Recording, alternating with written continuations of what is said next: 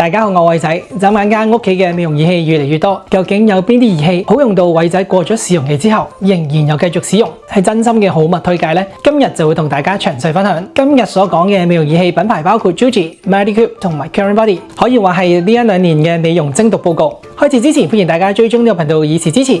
事不宜遲 ，Let's go！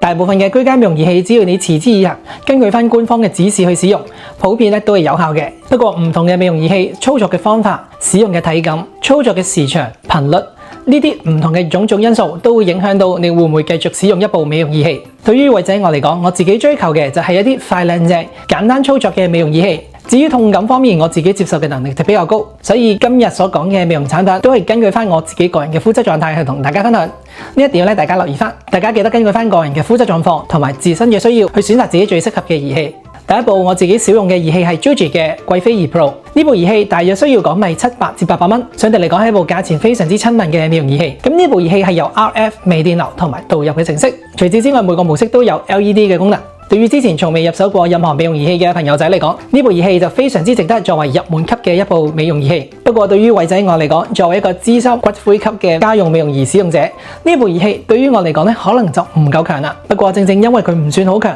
例如操作一啲微電流嘅時候，並唔會因為佢嘅電力太強，令到你有一種好唔舒服嘅感覺。某程度上嚟講，呢部美容儀器嘅操作體驗都非常之良好，唔會有任何嘅不適。對於一啲怕痛嘅朋友仔嚟講，可能就會好適合。而正正因為佢用嘅時候痛感唔高，所以用嘅頻率反而可能會增加。所以怕痛同埋追求價格相宜嘅朋友仔就可以考慮呢部儀器啦。第二部我用得比較少嘅係 Medicube 嘅 Ultrasound 40.68。Medicube 咁都冇用。呢部儀器用咗 RF 嘅技術，喺皮膚嘅膠原層用40.68嘅 MHz 進行加熱，令到你皮膚嘅膠原層生多啲膠原，達至皮膚緊緻嘅效果。咁呢部儀器喺試用嘅期間其實都有效，只不過我自己用得比較少嘅原因有兩個。第一係因為佢嘅機身儀器比較大部、比較重，相比同牌子嘅 Booster Pro， 佢嘅尺寸係比較大，所以每一 part 即係5分鐘嘅療程，但係用到一半隻手都已經有少少酸痛啦。第二個原因係佢操作嘅時候，由於要將熱力傳遞去皮膚，所以使用嘅時候6極嘅導頭會傳熱，咁佢操作嘅時候係需要緩慢喺皮膚移動。咁但係偉仔咧作為一個 multitasking 同埋懶惰嘅人，咁我自己碌嘅時候，可能就會專注去玩手機，就會停咗喺某個皮膚上面，令到嗰一笪嘅皮膚受熱力嘅時間就會加長，就會有種熱過龍，有少少想燒傷嘅感覺。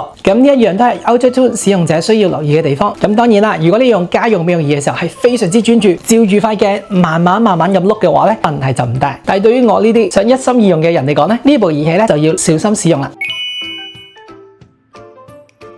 至於過咗試用期之後，我仍然會繼續使用嘅家用美容儀器。第一部我繼續堅持會使用嘅係 Medicube 嘅 High Focus Shot。呢部美容儀器佢用咗 NFU 嘅技術，就好似 HIFU 咁，能夠將能量去到你嘅真皮層，進行深度嘅拉提，就好似打好皮膚嘅地基咁樣，從而令到皮膚緊緻。呢部儀器第一個吸引我嘅原因係因為佢嘅機身唔算好大，同 Medicube 嘅 Booster Pro 差唔多 size， 用嘅時候就唔算好重。第二個原因係因為佢用嘅時候需要搽翻佢哋嘅導入型膠，只要你搽嘅導入型膠夠多嘅話，你用嘅時候可以完全無痛。咁我試過使用嘅時候，去到中尾段，某啲皮膚可能佢嘅導入型膠比較乾、比較少嘅時候，你就會有少少痛。不過你補翻足夠嘅導入膠，都會可以完全無痛。因為冇痛感嘅關係，就令到你更加會想堅持使用。第三個，根據翻官方建議，每星期淨係用一次。咁我覺得呢個使用頻率係非常之 user friendly， 一星期用一次就已經能夠有佢官方嘅理想效果。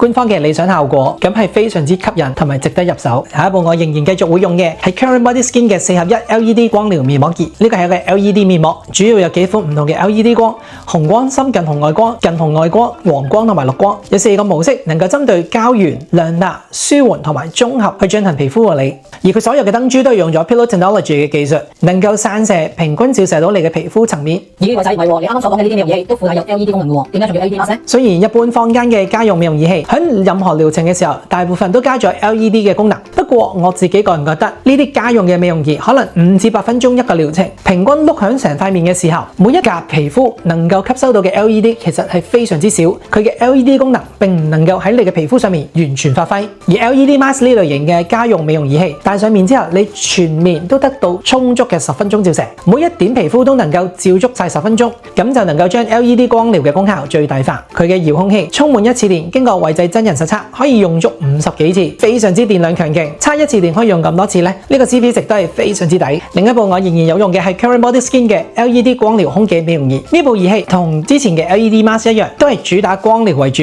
主要有近紅外光、深近紅外光、紅光、綠光嘅，能夠進行膠原同埋亮白嘅功效。我覺得市面上針對頸同埋前胸嘅美容儀器少之又少，咁呢部儀器正正咁樣係 cover 咗呢個缺口。而呢部儀器戴上頸使用嘅時候，解放嘅雙手可以繼續使用其他牌子嘅美容儀器喺面度進行其他嘅療程，同步進行護理，某程度就慳咗一半嘅時間。除此之外，我覺得 LED 面膜或者呢個頸膜都好，用嘅時候唔需要用任何嘅美容護膚品，對於我呢啲懶人嚟講咧就非常之方便。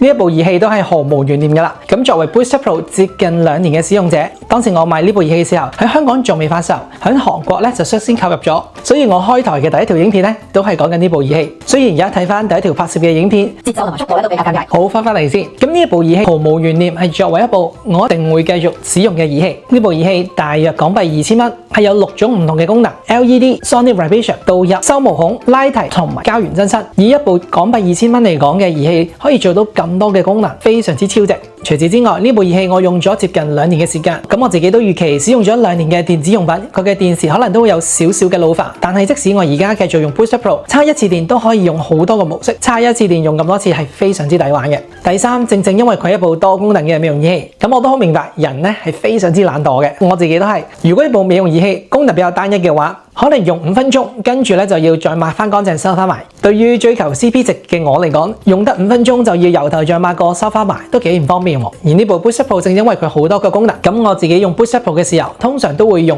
唔止一個模式，因為就覺得反正都用咗啦，不如用多2個模式先洗乾淨啦。使用嘅頻率多咗，令到你嘅皮膚咧其實都有大大嘅改善。所以大家從未入手過任何美容儀器嘅朋友，如果你哋都係想一部多功能嘅美容儀器，呢一部咧都係非常極度之推介。最後大家記得根據翻個人嘅膚質狀況同埋自身嘅需要去調整使用嘅頻率同埋強度，記得要持之以恆，但係唔好揠苗助長，咁先至能夠令到皮膚有最好嘅效果。咁今日嘅分享就差唔多啦。如果大家有任何嘅問題，或者都想分享下你平時使用美容儀器嘅頻率，或者有某啲儀器你繼續會用或者唔會再使用嘅話，都可以喺下面留言。最後歡迎大家追蹤呢個頻道以示支持，下次再見，拜拜。